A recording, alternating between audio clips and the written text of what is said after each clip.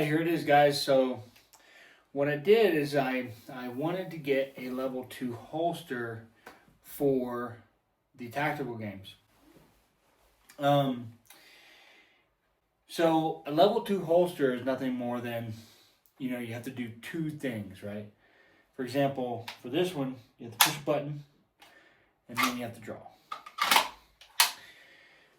So I'm using the Dara holster for my mechanic rifle, and I have a ride-on enclosed emitter on there. And I'm using a core belt with the Dara double mag holster and a Dara single mag holder for my AR. Now, I left a gap here so I can put more pistol mags if needed.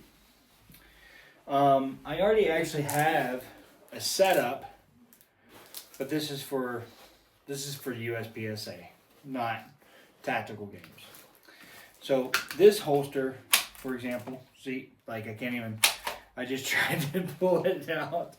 It's gonna take some getting used to, but 1, 2, right? That's why it's called level 2.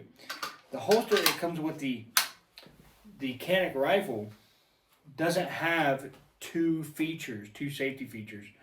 That's just one, right? So you just pull it out like that. I probably could have rolled with this if I just tightened this up, but nah, I'm not gonna do that. I don't want to be embarrassed on the range because my gun fell out of my holster.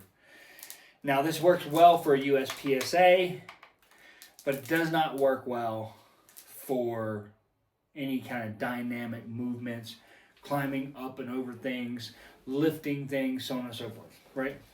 So you need a level 2 holster. I went with Dara because I saw some of the reviews. They were really good. And honestly, I wanted to get a Safariland, but those Gokers are really, really expensive.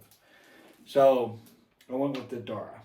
And so far, I really like it. The other thing I wanted to do is I wanted to get magazine holders that would, hold my magazines while I'm going up and over things, while I'm lifting things, right?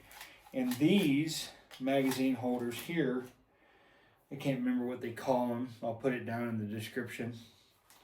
But these things are good, right? Like automatic retention holsters or holders or whatever they call them. They're really good. I can jump around with them. We'll see some more videos of me shooting and moving and doing all kinds of stuff. So we're going to test the equipment.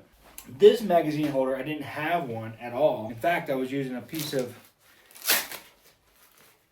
old equipment that the Army didn't want back. So I was using that for my magazine holder for my AR-15 on the backside here. It is the same belt. I'm using the same belt for my USPSA rig. So with the tactical games, you're not going to be upright all the time. You're going to be going up and over things, pulling, heavy sandbags. You're going to be doing a lot of things that most people just don't do. And that's why I'm really attracted to the tactical games. Because everyone likes to say they're really good at shooting. However, in what genre? If you're under stress and you can still hit the target, that's a plus in my book. That's better than any master class, USPSA or IDPA. And the way Tactical Games puts it together, man, you are really going to be stressed out. You're going to have muscle fatigue. You're going to have cognitive fatigue. You're going to be doing things like this because you're so tired. I've always told my family that if you do really hard things together, you bond well together. For example, if you go hunting as a family unit, and you're hiking in 20, 30 pounds, and you're staying in the woods for 3 or 4 days, you're going to bond really, really, really well. There's numerous accounts in the Army, especially in the Ranger Battalion, where the squad or the platoon was sucking together, that suck fest, that just, this really sucks and I don't want to be here. But after that, you really bond well together. Because you understand that the person to your left and right can stick it out. So that's what really attracts me to tactical games as well. So you got physical training, you got this suck factor to it, you have accuracy, you have cognitive ability, you have all the things that you would want someone who is well-rounded to be able to navigate. What I mean by well-rounded is, I mean somebody who is well-rounded, a well-rounded person, a well-rounded shooter, down to earth, someone who is humble in the way that they know that there's going to be some part of this training that they're going to really, really, really bolo. That could be physical, the physical aspect. That could be the accuracy aspect. That could just be the cognitive aspect. Not to mention all the, maybe some weather that's going to happen. You're going to need some kind of belt. I choose core belts, Kore, Core Essentials belts. I'm actually a Core Essentials dealer. I haven't sold any belts for a while because I kind of got out of it, but I love their products. They're really, really, really, really good. And I'm not just saying that because I'm a dealer, right? I'm not trying to sell you anything. I'm just trying to tell you that Core Essentials belts are really good. I chose the Dara holster or magazine holders. Now, these were a bitch to get on. I'm just going to say it. But once you figure it out, they're solid. They're not going anywhere, and that's what you really want. Okay, you don't want them moving around. You don't want any kind of play in them, and I love that about the Dara equipment. I'll post another video on how to get these on here really well in a quick and successive manner. So, because maybe you want to take it off and then put it on in another spot or whatever. But I'll post another video for that. I chose the Dara holster because I wanted to try it. And you need a level 2 holster for this kind of work. You have to have one. I'll cover AR stuff later. Obviously, slings, quick detachments, detachments, whatever you would call them. A scope, iron sights.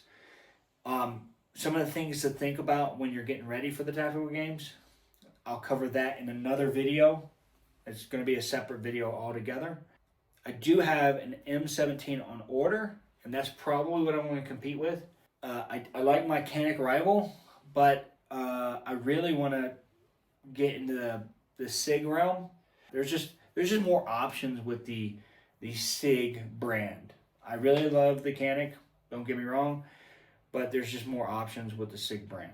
Now, one thing I didn't do with the rig so far is I didn't put Loctite on the screws.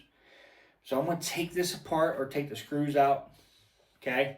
Put Loctite on the screws, each individual screw, and then I'm going to crank it down, right? Blue Loctite. Now the Dara system, as you saw in the video, it does come with a thread locker. So you can use that one, or you can get blue Loctite. Notice it says, this is blue, it is the color blue, but it also says blue on it. BLUE. I don't know why they did this, but I think I remember seeing a bottle that was the color blue, but it actually said red Loctite on it. Do not use red Loctite on anything unless you just don't want it to move at all. Because if you ever want it to move, then you have to heat it up. Don't use red Loctite. make sure it says blue on it, okay? What else? To rehash, core belts, Dara system. I'm going to get it at 320 or M17 rather. Stay tuned for more videos on specifically the tactical games. Tac out.